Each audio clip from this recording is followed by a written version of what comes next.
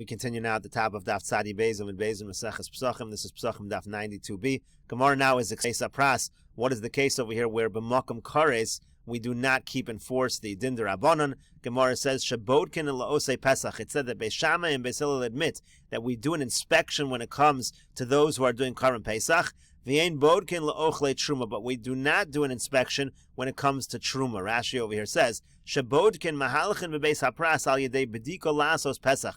You're allowed to walk through the beis hapras and do an inspection, make sure there's nothing there that's tameh, in order, let's say you have to walk through the beis hapras in order to get to be able to do the Karban Pesach, to get to where you need to go. Imein lo derech acheres, assuming you have no other way, no other path to get there. V'yein bodkin la'ochle truma, but you're not allowed to do such a bedika for truma, meaning elayamtin v'yakif o yomo yomayim. Let's say you want to eat truma, so that's a mitzvah to eat truma, but you're not allowed to be bodek a beis hapras. Rather, you have to wait, go around, circumvent, take an extra day or two, ad shemagia el trumaso v'ochle, till you get to the truma and you eat it. So that's where you see in this situation, they were not strict when it came to the issue of kares, to the issue of Karban Pesach. They allowed you to walk through this beis hapras, this place of safek tumah, as long as you did it with an inspection. My bodkin, what does it mean? How do you do this inspection? Amar Rav Yehuda, Amar Shmuel. Rav Yehuda says in the name of Shmuel, menafeach beis hapras v'holech. He blows in the beis hapras. Again, the case is there was a kever that was plowed over, so if you blow through the dirt as you're walking,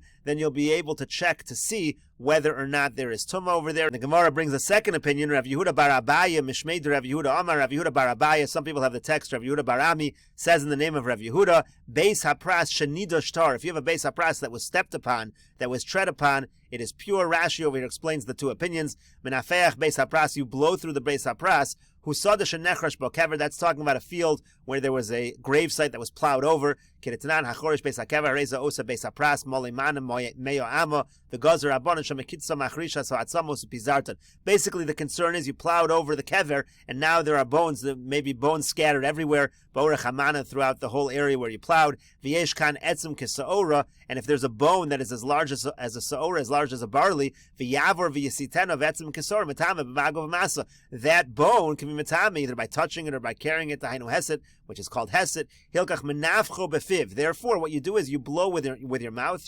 You blow aside the dirt. If you see a big bone, you'll be able to spot it. And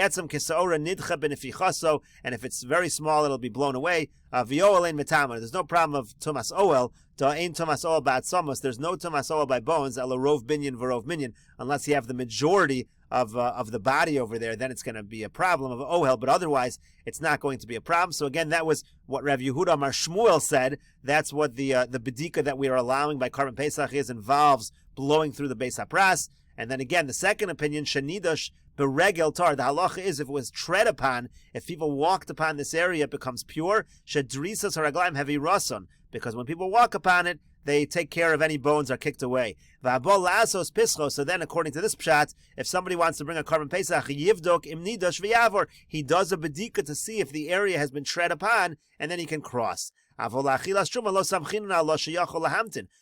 truma, we don't rely on this. We don't rely on these leniencies. You can just wait, delay a little bit. The point over here is that beis hapras is only a din derabanan v'lo hamidum b'makom kares the Pesach, and we do not keep the derabanan in force when it is going against an issue of Karban Pesach, which is an issue of kares. Hadron alocha isha. We will return to you.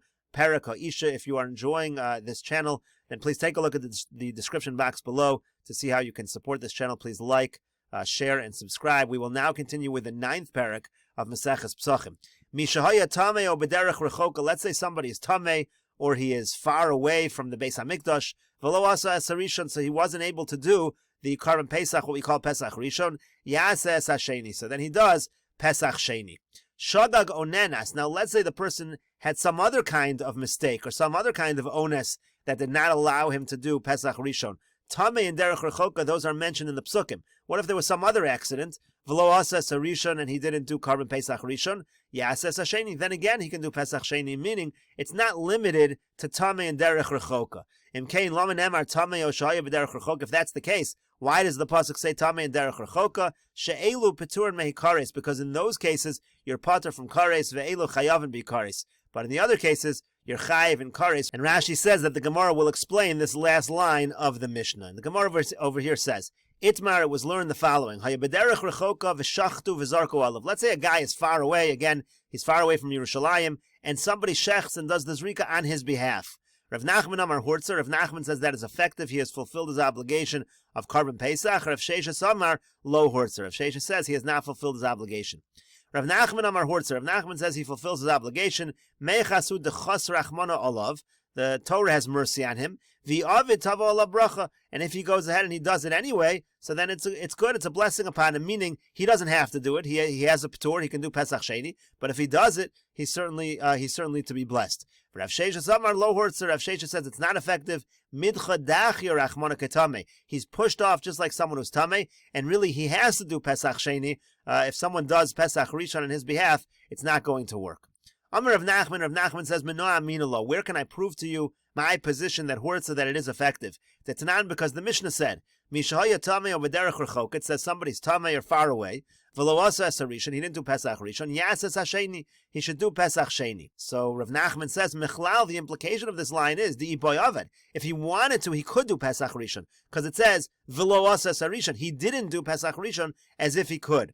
But Rav Sheshes Amar Lach, Rav Sheshes will respond to you. If so, Seifa. Let's look at the end of the Mishnah where it says the Katani, where the Mishnah says Shagag onenas. If he had some kind of a mistake or some kind of an onus, v'lo asa sarishan, and he didn't do Pesach Rishon, yasas hasheni. It says again he should do Pesach Sheni. Mida Katani v'lo asa. From the fact that it says over there that he didn't do Pesach Rishon, michlal di boyavid. That sounds like if he wanted to, he could have. What are you talking about? He could have. Hare shagag v'hare nenes. The whole point of the line is that he's a shogeg or an onus. He couldn't do it. So obviously you're not supposed to read in that fashion. Ela mezid katani bahadayu. So obviously the answer is that mezid is in there as well. And Rashi over here explains. This was Rav Nachman's answer. From the fact that it says v'lo asa, sounds like he could have done Pesach Rishon if he wanted. Obviously that's not true by someone who's tamei. So Rav Nachman says to Rav Sheshes, obviously someone who's far away, you could shecht on his behalf. So then Rav Sheshes responds to Rav Nachman v'letaimech, according to you, Seifa gabe shogag v'nenas detana su zimno achrisi v'lo asa. By the case where you made a mistake or he had an onus, it also says he didn't do Pesach Rishon. Ahaimu kemisla, what's that going to go on? Halo shogag v'lo yada shayom Pesach. Shogeg is, you didn't even know it was Pesach, so how could he have done it? Hare shogag v'nenas, it was a mistake, there was an onus. Umai iboy ikol memar. You couldn't say if he wanted to, he could have done Pesach Rishon. The whole point is there was some kind of an onus. Elamai is loch l'meimar. So rather, Rav Sheshes says, what does it mean below us? So what does it mean he didn't do it as if he could have done it? The Seifa, when it says that at the end of the Mishnah, Mezid katani bahadayu. You have to say that the end of the Mishnah, even though it doesn't mention this case, there's also talking about a case where a person on purpose did not do Pesach Rishon. It's going on that case v'lo asa. That's what it means. He on purpose he didn't do it, but if he would have done it, certainly he could. If he would have done it. He could have done it, but he purposely skipped it, and that's the guy who's doing Pesach Sheni. Hachanami gabe lo asa dereisha. The same is going to be true by the lo asa in the first set of cases where he's tamei derech rechoka.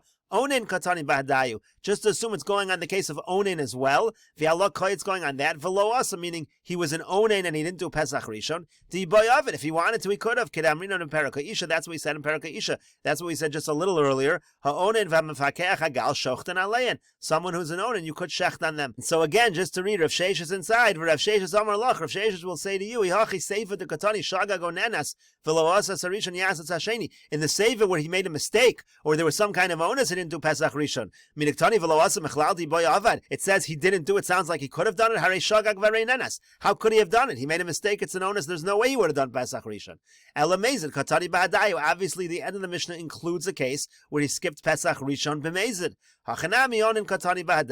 So too, in the Reish of the Mishnah, when it talks about Tamei Derech Rechoka, include Onein in there as well. And by the Onein case, that's where he could have done Pesach Rishon. But again, according to Rav Sheshes, in the case of Derech Rechoka, you would not be able to do Pesach Rishon at all. And the Gemara continues, Amar Rav Ashi says, Masnisa Nami Deka. The Mishnah seems like what Rav Sheshes is saying as well. The Katani Elu Peturin Mehakares, V'elu chayavin bikaris. It says these ones are pater from karis, and these ones are chayiv in karis. What are you talking about? These are pater, these are chayiv. Ahaya, what exactly is that end of the Mishnah going on? Ilema ashogeg v'nenas. If you're talking about a guy who b'shogeg or b'ones didn't do Pesach Rishon, shogeg v'nenas b'nei karis ninu, you think somebody who's a shogeg or an ones, he's going to get karis? That can't be.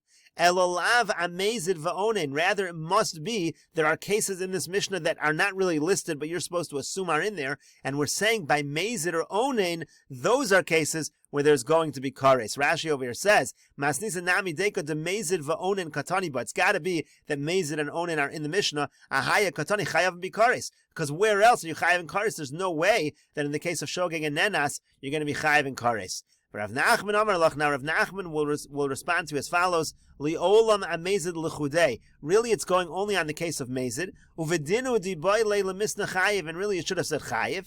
V'hai dekatani chayavin. The reason why it says chayavin in plural, I did the Tana Reisha Peturin. Since the Reisha says Peturin in plural, Tana Seifa chayavin. It also says in the Seifa chayavin in plural. Rashi over here says, for Rav Nachman Damar lo tznan onen in bereisha. Remember, Rav Nachman says you don't have the case of onen in the Reisha.